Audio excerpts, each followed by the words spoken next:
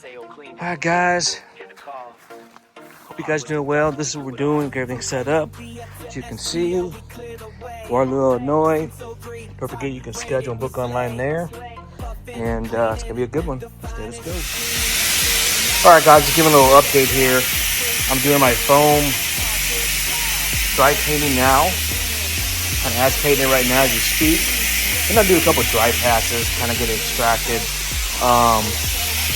See, I got my table set up here, and it's spinning very well. We're letting these dry, as you guys can see. Starting to dry. Only that one spot that's right here, that water ring is gone. Turning out fantastic.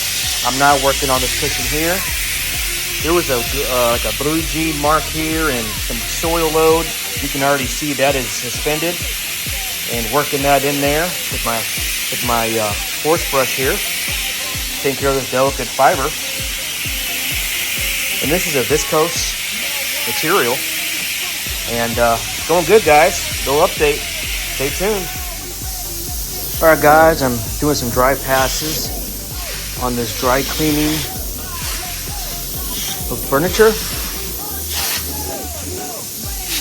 Going good. This already is drying.